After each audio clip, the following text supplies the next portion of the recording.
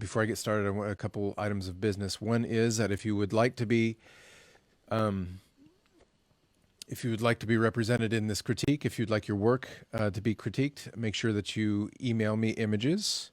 Earlier than Thursday is ideal, and you can email those images to Dabbleon, Dabbleon, Dabbleon at gmail.com. And a couple high quality images. The better the image is, the better I will be able to see it and discuss it. So if you could get good light on it and take, even with your phone, should be fine. I can do a little bit of cropping and manipulation after the fact, but the better the images, the better I can critique. Couple other things. One thing that I wanted to mention, I have been reading this book by Jeff Tweedy. I don't if you are not familiar with Jeff Tweedy. He's in a band called Wilco. He's a lead singer, and he wrote a book that I'm reading. I'm actually listening to, called "How to Write One Song." It's a just fairly recently published. Anyway, I'm a huge Wilco fan, have been for years, and was interested to hear what he had to say. It's a really short book. It's only 3 hours on audio, so I imagine it's just a very quick read. But it's always really interesting to me to hear the creative process of other media or other disciplines, and to see the kind of overlap, see how the vocabulary being used is very similar to what I teach in my classes, and similar to my experience as a visual artist. The way he talks about making songs is very similar to the way I think about making art. The things that he warns against, the stumbling blocks, the ways, the negative internal dialogue, the ways that we keep ourselves from starting and just making artwork, the ways we build up in our minds what should and shouldn't be. There's a lot of crossover, and I just find it fascinating and very instructive to see how these different principles, these different ideas, are carried out in a different context, to see these ideas through a different lens. So anyway, short story is I think you should go out and take a look at this book. It's very interesting. Again, called How to Write One Song by Jeff Tweedy. And I think you probably just insert how to paint one painting. I think it's just the things that he talks about, I think, are just as applicable to the creative process behind making images. So I would check that out. And similarly, I think Stephen King, author, has a book called On Writing, which I also found very, very interesting and instructive, looking at the creative process through the lens of a writer, an author, and talking about just the logistics of the everyday, what it means to be a writer, what it means to just start writing, even if you're not feeling inspiration. Anyway, and then just the craft, talking about some of just how authors think about putting together words, is also applicable and relevant to what we're doing as studio artists. So that's another book I would recommend. And then obviously, while I'm recommending books, I'll throw out The War of Art by Stephen Pressfield, also an author, and he discusses creativity in terms of authorship, writing, but it is also very relevant to what we do as visual artists. Okay, so I have 3 images that I'm going to talk about today, from students in my current mixed media class. Another short item of business. I will be opening registration for the next 5-week class that I'll be teaching online. More details will be coming this week. Actually, it's already Thursday. So either if I don't get details posted by tomorrow, then early next week. for registration and more details about what the class is all about. It is going to be a class focusing on using resin, so epoxy resin. If you're interested in using epoxy resin in combination with collage or with painting, I'm going to be discussing that, and I think there's a lot more that resin is capable of than we generally think it's capable of. Usually we think of it as just a finishing glossy coat. But really, there is so much more we can do with it, and I'm excited to share that information with you. All right, so what I'm talking about today, I have 3 images from one of the students in my current class. I'm going to switch over here to, whoops, there we go. I'm going to switch over here to my screen, and this is Photoshop. And let's take a look at what we've got. I'm going to back out a little bit. So I'm also having some computer issues that for some reason my computer doesn't want to do photoshopping and broadcasting and video capture and all of these things at the same time. Totally understandable. And hopefully I will have that taken care of before next Thursday. But I do apologize at how kind of sluggish my computer is working at the moment. Okay, so I've got this image, and then I have the same image, and maybe before I dig into, I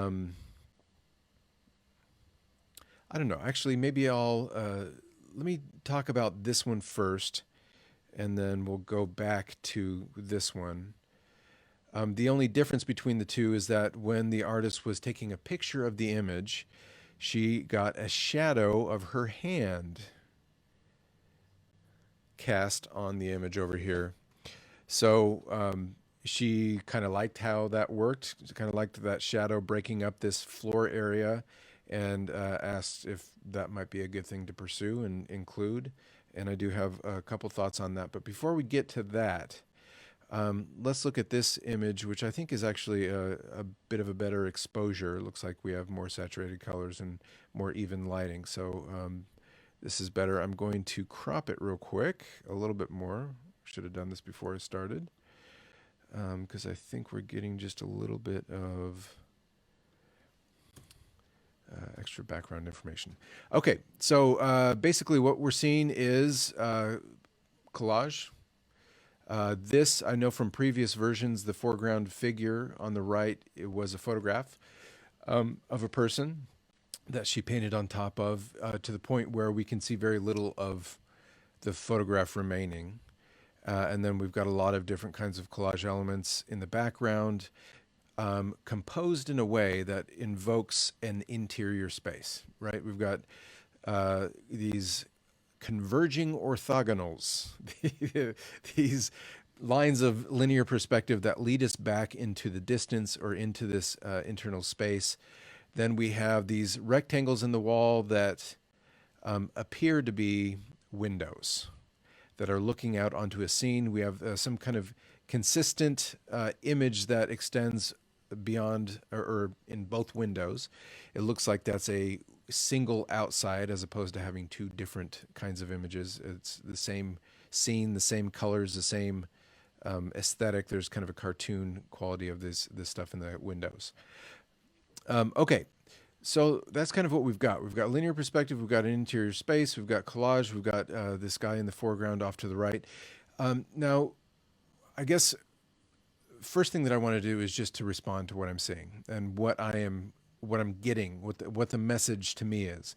And having this person in the extreme foreground, it feels like a portrait, but if it was just a straightforward portrait where I was meant to just look at the person, the person's features, you know, it was just a presentation of this person. If that was all I was meant to get, then I would assume that more of the person's face would be included in the image, right? I wouldn't get this, the right, my right, his left side of the face cropped off. And I wouldn't have that shoved over so much to one side with a lot more negative space being shown, right? So the reason I bring this up is because just the positioning of the person, of this person in the picture, is telling me that there is something else going on here that I'm supposed to be paying attention to, or that I'm supposed to be getting from it. The positioning where he's kind of framing on one edge what's happening in the background, right? So I don't get the feeling that I'm supposed to stop and pay my most attention to him. He's kind of part of the context of the scene.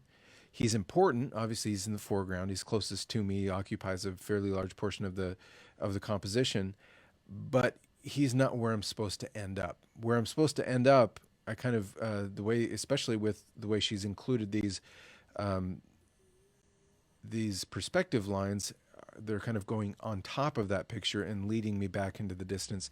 She wants me to go back here into the distance. There's something back here. I've got a lot of really interesting visual information up here in the ceiling area. I've got a lot of interesting textural information in the floor, and that seems to intensify as I get further back.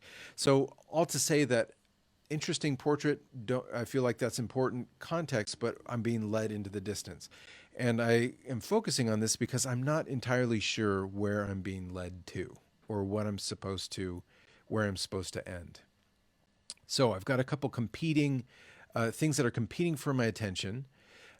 Because there is a natural vanishing point implied by these lines of linear perspective on the tops and bottoms of the walls, the vanishing point would be somewhere kind of pretty much eye level with the guy in the foreground, which is a good call because that ties him to the this perspective logic of the interior space. Doesn't feel like he's, you know, like pasted on after the fact, and we have a mismatch of perspective. So that's good. But what am I looking at back here? Where am I going? Let me bring up, let me get a paintbrush real quick and see if I can get a bright color so I can talk about this a little bit better. So the vanishing point is kind of somewhere right there. I know because, you know, if I were to follow these lines and they were to following to where they converge, right? And these lines ought to also converge on the same vanishing point. So not super precise, but yeah, some are, I'll just draw this. This is kind of where my eye is led to by the perspective. So naturally, I've got a very strong pull to that corner. Do I feel like the corner is where I'm meant to end up? No.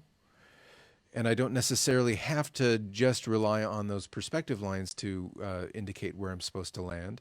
That can just get me to kind of the general area of the composition that the artist wants me to land. I do see there's an anomalous thing happening here on the wall. There's this line drawing, which is very visually interesting. It's high contrast line. It's isolated. You know, there's not a whole lot of other stuff going on around it. Whereas over here, I do have a lot of interesting information, but it's more kind of just generally distributed. I don't have kind of one place to land over here. So I kind of feel like this is, you know, at first maybe I go to this natural focal point at the vanishing point, and then starts going over here. I kind of play with that a little bit, look at that for a little while, and then I think I probably end up over here. I notice that it's an apple on a tree, and with hands reaching toward it.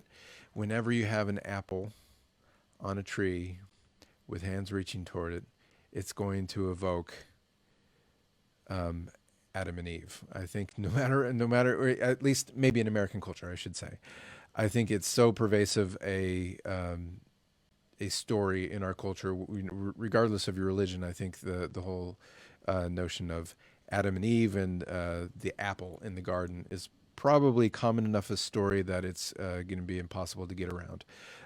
The only other thing that I can think of maybe is Isaac Newton with the apple dropping off the tree, hitting him in the head, and that's kind of how launches Newtonian physics or whatever. So it could be that this guy up in the foreground is Isaac Newton or has something to do with Isaac Newton, but that's not kind of my initial read. My initial read is that this is about something to do with the Adam and Eve narrative, or something tying into that kind of original sin, partaking of the fruit in the garden type thing. And the way that there's a consistency of that image in both those windows kind of leads me to believe that that's the narrative here, right? That's the story that I'm supposed to be connecting two dots. I'm connecting this guy in the foreground with this Adam and Eve narrative in the background. So generally speaking, I think you've done an excellent job of you obviously framing that in the window. You're using the vanishing point, these perspective lines to lead us back there. I think if there's one thing that I would say though is I think I would de-emphasize some of this really aggressive, busy information um, in the ceiling, especially because I think there's just a lot to pull me up there that I don't necessarily think is an intentional focal point, or I don't think that that's helping strengthen what the message is. Right. So anytime we have a unintended focal point or something that's pulling us away from what seems to be the implied narrative or what I'm supposed to be getting from it, that starts to make me think, or kind of creates this feeling that there's something about this that I need to be paying attention to. But then when I get there, there's nothing obvious or clear to me about how this adds to this connection between the foreground figure and the apple on the tree. So that's why I say de-emphasize when something is pulling my attention away from what I believe is the intended narrative. I think that could be a problem. So de-emphasize that, and then how could we make perhaps this, I don't know, I think maybe it gets lost a little bit, especially competing with this line drawing. I like the line drawing on the wall. I like that it ties aesthetically. This is kind of a cartoony line drawing, and that ties in with this line drawing in the outside. And maybe that's a nice transition from this more kind of traditionally representational type of rendering into a more stylized, cartoony aesthetic. Maybe that's a nice kind of attachment there. But I don't know. So I don't know. I'm kind of conflicted on that. I like it, but maybe it could be de-emphasized, or maybe we could do something to emphasize that right there. So what I'm going to do, I'm going to try to do this quickly so I don't belabor the point. But what if I just select this wall? All right. And then I'm going to create a new layer. I'm going to fill that layer just with black. I'm going to create a multiply layer and then adjust opacity. So I'm just going to make that darker, the whole wall. And then what I'm going to do is I'm going to make another selection that's just that window. And this is kind of quick and dirty. I'm not, and I'm making this up as I go along, so don't take this too seriously. Whoops. So what I'm going to do is I'm just going to delete out the window there. Command delete. So what I've done is I've de-emphasized this line drawing here by decreasing the contrast between that black line and the surface that it's on, right? By decreasing or by making the rest of the wall darker value, there's less contrast between the black of the line drawing and the wall, right? It also has the effect of making the image in the background, this cartoon, feel lighter in value because this now is comparatively darker, right? So it's helping this to kind of feel like, well, it's in a lighter context. So maybe it's outside. It's obviously in direct sunlight. We get the highlights and shadows on the trees. So it feels lighter because it's not competing with the lightness of this wall, which gets pretty close to white, right? So it's creating more of a separation of a feeling like this is an internal space with less lighting. This is outside space with direct sunlight. And maybe just to see what happens if I darken that even more, it gets to be where it might be too much. So I think with that, you could accomplish that with a glaze, or you could accomplish that with a, if you wanted to do collage, you could collage on some tissue paper so that when you glue it, it turns transparent and kind of knocks that back a bit.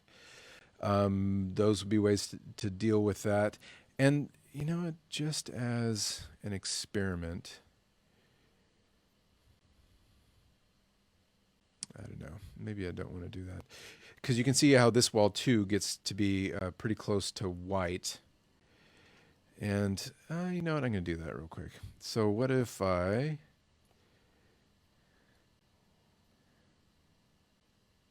just again, quick and dirty selection here. This is not going to be super precise. So I'm going to select that wall and then do a similar process where I'm just going to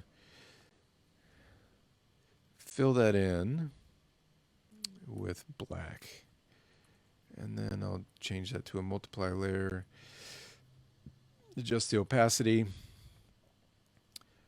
So maybe that wall, you know, depending on the light, you know, you got to imagine what's the light logic inside that room. Is more light hitting this wall or more light hitting that wall? Is it being lit evenly? Depending on the perspective of the viewer, one wall might appear to be darker. There's a lot of different factors to take into consideration. And then finally, let me just, again, delete out the window. So now I've made that wall quite a bit darker. So do you notice how I'm starting to, these backgrounds, because I've got more contrast generally between this whole shape and these things outside the window, they are popping out more, right? They're separating out more and they're grabbing our attention more. And these areas are becoming more de-emphasized. Again, I'm not sure exactly how much or what the difference should be between the two walls. Maybe I also like actually how having this wall darker starts to separate the face out from the wall a little bit more. I do like how there's a transition from the face into the wall, the way that line on the jaw gets lost in the color on the wall. But I also like how that starts to separate out and pull the figure forward. Anyway, I think those are just some of the things that I thought looking at this is how could we really clarify or make that background really stand out. I'm going to leave those dark walls in there for now and maybe make my brush a little bit larger and, you know, maybe even a softer, I'm going to make that really soft and maybe just making that line on the edge of the face softer and having a bit more of a transition. Maybe it's lighter here toward the front and then it gets darker as it goes toward the corner. I think that's called ambient occlusion, if I'm not mistaken. As it gets to be where those walls are closer together, it blocks more light from hitting that area. And then obviously you could do the same thing. You could darken the top. I'm not going to do that right now. And you could also play with the lighting on the bottom. But doing these things is going to help those two scenes in the window pop out. The other thing that I can think of that it looks like she did, it looks like she added just a little bit of saturated color right there on the apple. And that might be a good way to go too, is maybe even accentuate that more. If I go, let me just go overboard. My computer is struggling. Go overboard and really add a punch of color right there. That might help. I'm going to do something here that I do not recommend you doing, but it is to make a point. I have that red now on the apple in the background. If I were, for example, to put that red somewhere, you know, you have little punctuations of red elsewhere in the image, but if I were to put that red on or closer to the dude, you know, that's obviously not a good place to put it. I mean, I was thinking the red lips might be in a place that red would make sense. But pattern is a fantastic way to connect two parts of your composition, right? When we have this color repeated back here, our brains, or the viewer's brain, is automatically going to make a connection between those two things. So one way that we can help strengthen what we're trying to say or literally connect the dots for people is by repeating a visual element, by using pattern, repetition to create a connection, to create a visual analog, to create a visual similarity that our viewer can pick up on, right? So there are a lot of different ways that we can create cues besides positioning of the elements. There are, I mean, even just, I'm thinking like, just like you have a line drawing on the wall in the background, you know, a line drawing of the shape of that apple.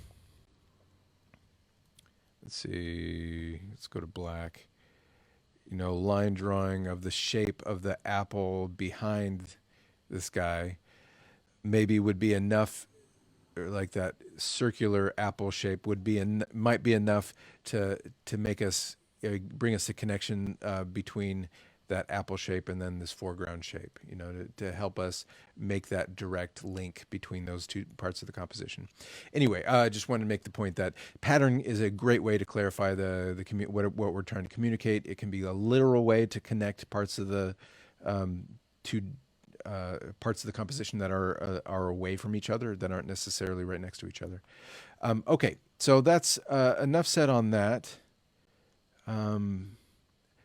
I think there's just a tremendous amount of really interesting texture going on here. One point that I made with an image last week that might be worth making again here, and I think I actually made this to the person, this artist. I'm going to make a little, I'm going to pull these perspective lines from the drawing onto another layer so I can make a point. All right, let me turn off the image. Okay, so this is the room perspective lines. The point I want to make here is that the vanishing point, again, is up there somewhere. The closer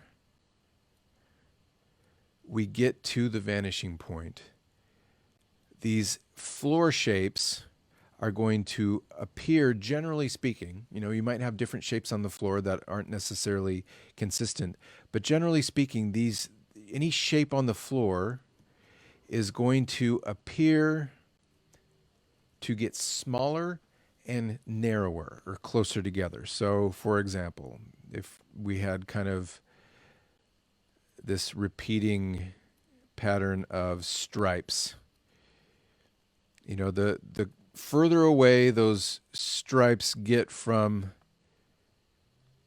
the vanishing point, the bigger they are vertically, and the further apart they're spaced, right?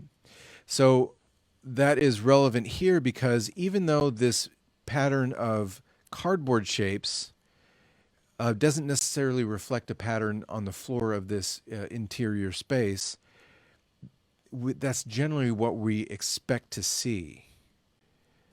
That things on the ground, the closer they are to the foreground, the wider those are going to be, and the more space is going to be between those spots on the floor generally. So as it gets closer to the vanishing point, those stripes of information vertically are going to get closer together, and they're going to get shorter vertically, or narrower vertically. So I think my eye kind of goes to that. I think she actually made an adjustment there and did do more of that. And I think it did get better in that regard. But even now, there is a consistency in the size or in the spacing that kind of, well, I don't know, maybe not. Maybe it's these little stripes right there in these foreground things. The way those stripes of background information are all fairly similar. Anyway, so that's something you just don't want to unintentionally draw attention to, this floor space when it starts to contradict the linear perspective that you've very clearly established in the top and bottom of the walls. Okay, enough with this image. I think it's fantastic. I love a lot of the stuff that's going on here. I think, if anything, just this connection of the meaning that I'm supposed to, you're trying to apply to me. What is the connection between this foreground figure and this stuff that you're framing in the windows and leading me to with a linear perspective? All right, let's go back to this other version.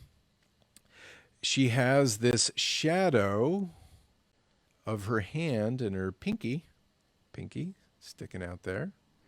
So I do like how that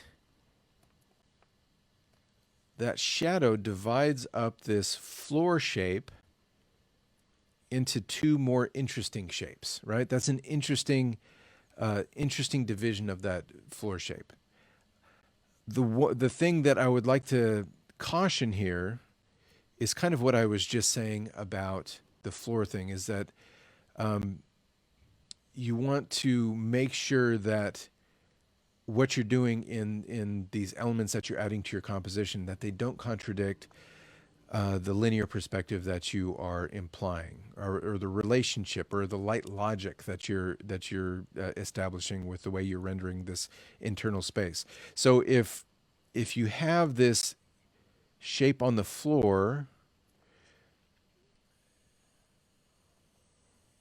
it looks like a shadow being cast, right? Because all of these colors and these textures and these shapes continue consistently right across that floor. And the only difference between right here and right here is that it's a bit darker, which implies that either it's a big stain on the floor or a shadow is being cast.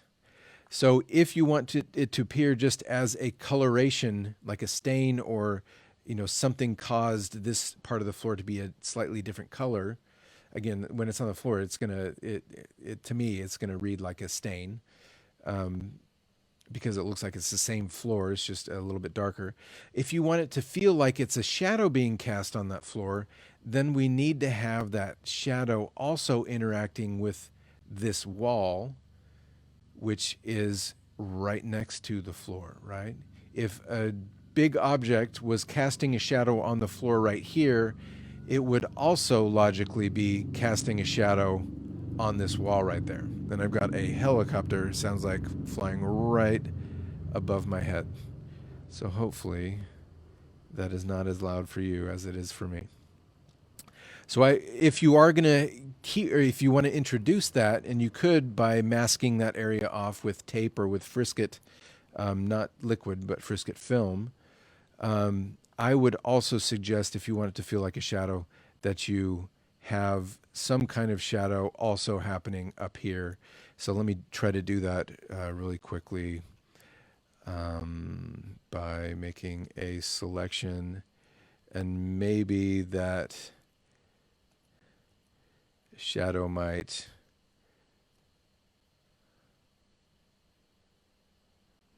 again, this is going to be a little bit messy, but hopefully will make my point. I'm going to fill that in with kind of a brown color that might look similar to what's happening on the floor. So fill that in with this brown, decrease opacity, make it a multiply layer. And anyway, that's probably close enough, right? Deselect that and maybe erase some of this out so it looks a little bit more how I intended. These edges might not be so sharp. I don't know if that would be the right shadow being cast. Obviously, it's going to depend on what is casting the shadow. Is it him or is it something behind him? I don't know. But again, if you don't want this, I like that division. I agree with you that that is kind of an interesting way to divide up that floor space and activates that, makes it a little bit more interesting. But if you don't want it to appear like a stain on the floor, then you need to have some kind of consistent light logic where that whatever's casting that shadow is also interacting with this wall and casting a shadow on that wall. All right, so I think that's enough with that image in general, and let me go to this final image. And this is an image that we've talked about in class, and I am not going to get too much more. I'm not going to revisit the stuff that we talked about in class. I thought there would be a couple other things that I might mention here. One, I think it's worth looking at this image as a black and white. So value contrast refers to light and dark contrast, the spectrum of white all the way to black. And every color has a relative value, right? So if you have pink and blue, if you took a black and white photograph of that pink, it's going to belong somewhere on that spectrum from black to white. And same with the blue, right? If you take another picture of that pink, it's going to be the same shade of gray, right? It's always going to have that direct correlation to a gray on the gray scale, or black or white if you've got a really light value or dark value, right? And the reason this is important is because value contrast, or light and dark contrast, is one of the strongest kind of contrasts, the most impactful in our visual perception and how we read imagery. So sometimes it's helpful to get rid of color information, because color information is really enticing on kind of a psychological and emotional level, to get rid of that and just look at an image in terms of light and dark contrast and see what's happening there. So in this case, looking at this just in terms of value, I've got this area of dark value kind of right here in the foreground. And it's generally this whole shape. There's kind of a landscape quality to this image, even though it is, mostly abstract. But there's this, keep on doing that. There's this foreground shape that's dark. This negative space around that shape is dark. And then we've got this repeated texture of lines that's not as dark as that foreground one, but comes closer. So if we want to invoke more of a sense of landscape, of three dimension, of space, of recession into the z-axis, into depth, we can invoke something called the atmospheric perspective. And that's literally like when there's more atmosphere in the air, things in the far distance appear to be lighter value, less saturated, and fuzzy, right? Because the way that light is interacting with those water droplets in the air, it's making it scatter more, right? So we get this kind of diffuse haze where the distant objects get kind of blurry, and we've got that white haze in between us and it, so it appears to be lighter value and less saturated. So we can invoke some of that. For example, if I were to take the Dodge tool here and make it a bit bigger, and make this area, that's too much. Let me decrease the exposure strength on that.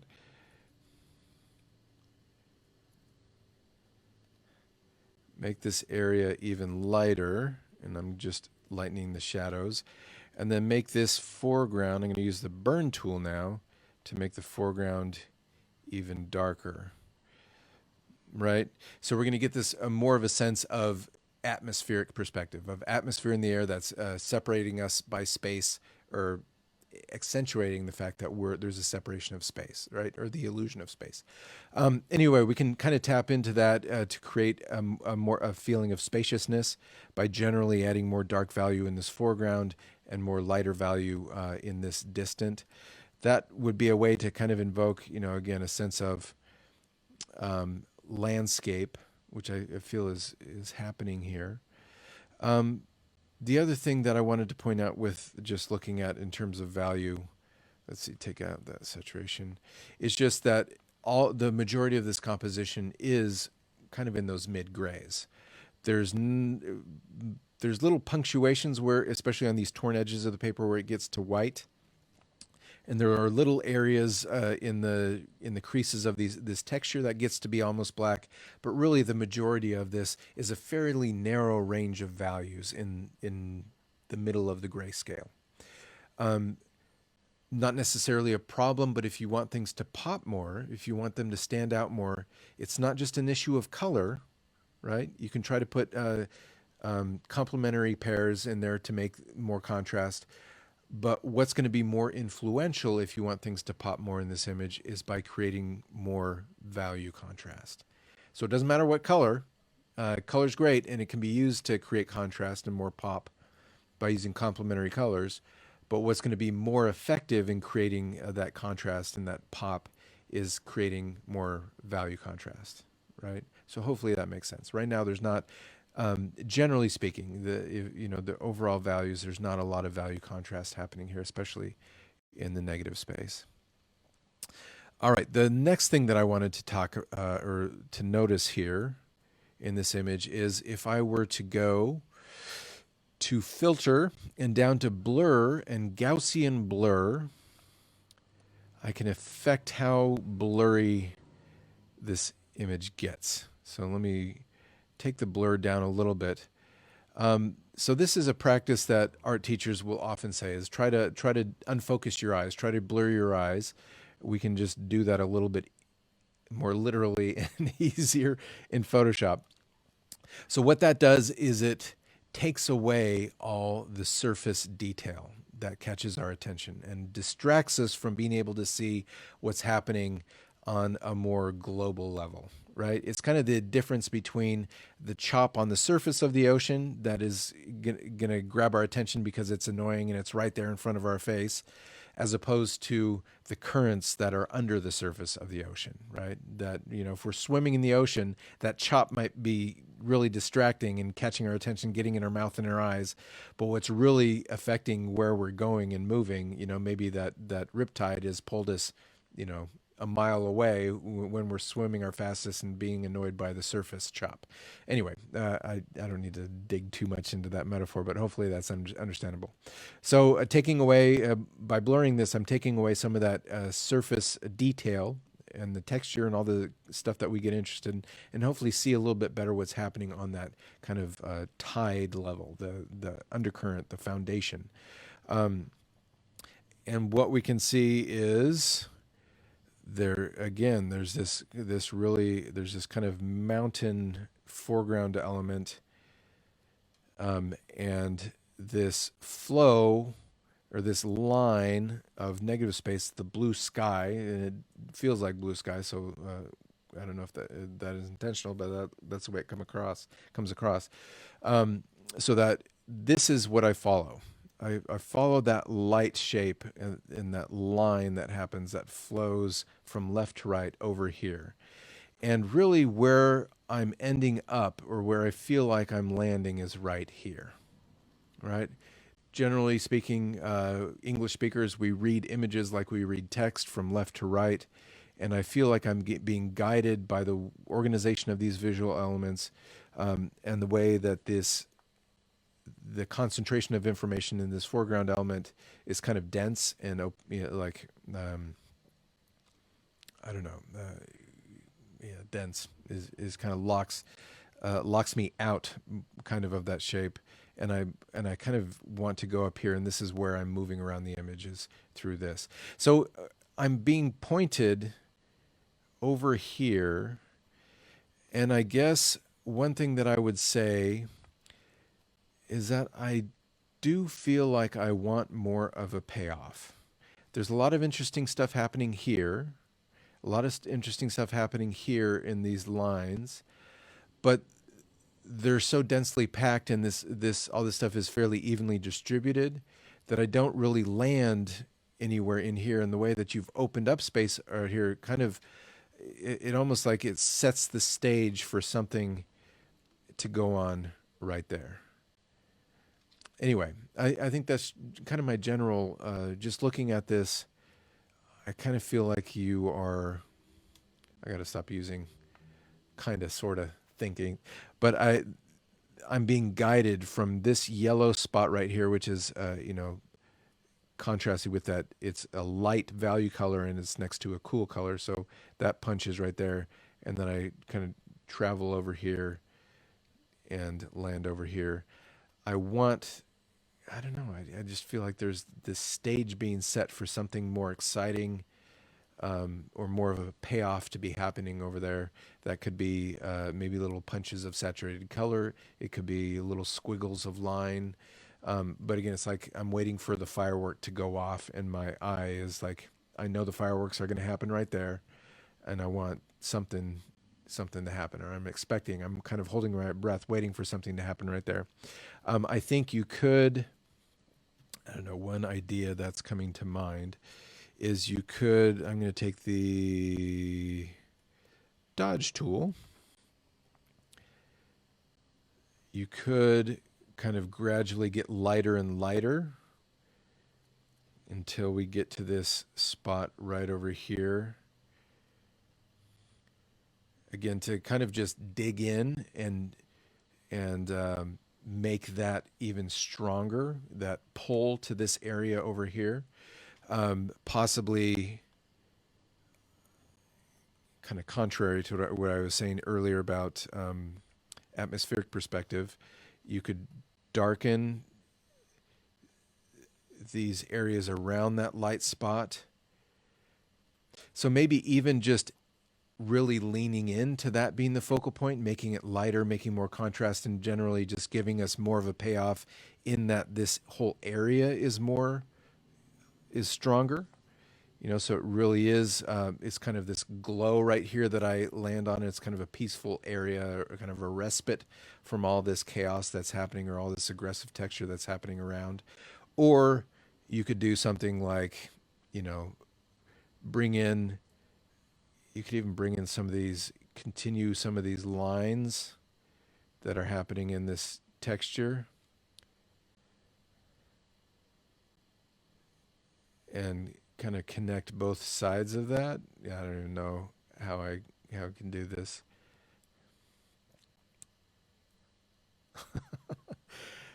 But if that makes sense. So now I've got this, you've got all these greens and cool colors, and then I've got this mass of warm lines, and high contrast and saturated color that makes this area that you're guiding me to more exciting. Like there's something going on there. Anyway, so looking, unfortunately, I painted over the original, so I don't have that to point us to. But I'm going to. So this is the original image. I think you could leave it as is. I like a lot of, just as usual with this artist's work, just a tremendous amount of really interesting things happening in terms of how she's bringing some of the negative space shapes and making them positive. So there's kind of reversal of positive and negative happening, and the lines and the texture and the way these collage elements divide up the space. There's a lot of really nice stuff happening in this image, and I don't, or in this composition. I don't think you necessarily need to change anything. I think I've just kind of you've seen it in real time. I've talked myself into feeling like I'm kind of wanting this whole area either to be emphasized more. So there's more of a feeling of like, aha, I've arrived at where she wanted me to arrive, or give us more of a payoff in some kind of event happening there. So when I get there, there's a sense of, okay, you led me here, and this is awesome. This is something exciting is happening. All right. So enough said. I think both images are really great. There's a lot of really nice stuff happening in both of them, and it's a pleasure. It's a pleasure to be looking at them and talking about them. Okay, so I'm going to switch over back over here. So let's see. So thank you for joining me for this live critique. If you want your image to be critiqued, you can email me at dabbleon@gmail.com. And if you are interested in future classes, my next series of my next 5-week class will be beginning in a couple weeks. You can go to dabbleon.com. That's where I will be posting information. That's where you can also subscribe to my email list if you want more information in the future. And I'd love to have you join the class. The next time around, or this next class, we're going to be talking or digging deeper into using resin in your artwork. So if you're interested in resin, this would be a good time to learn about it. And again, that's more information, and to sign up for my email list, you can go to Dabbleon, that's DABBLEON.com. Send images for this live critique to dabbleon@gmail.com. And with that, my friends, I will see you all next week.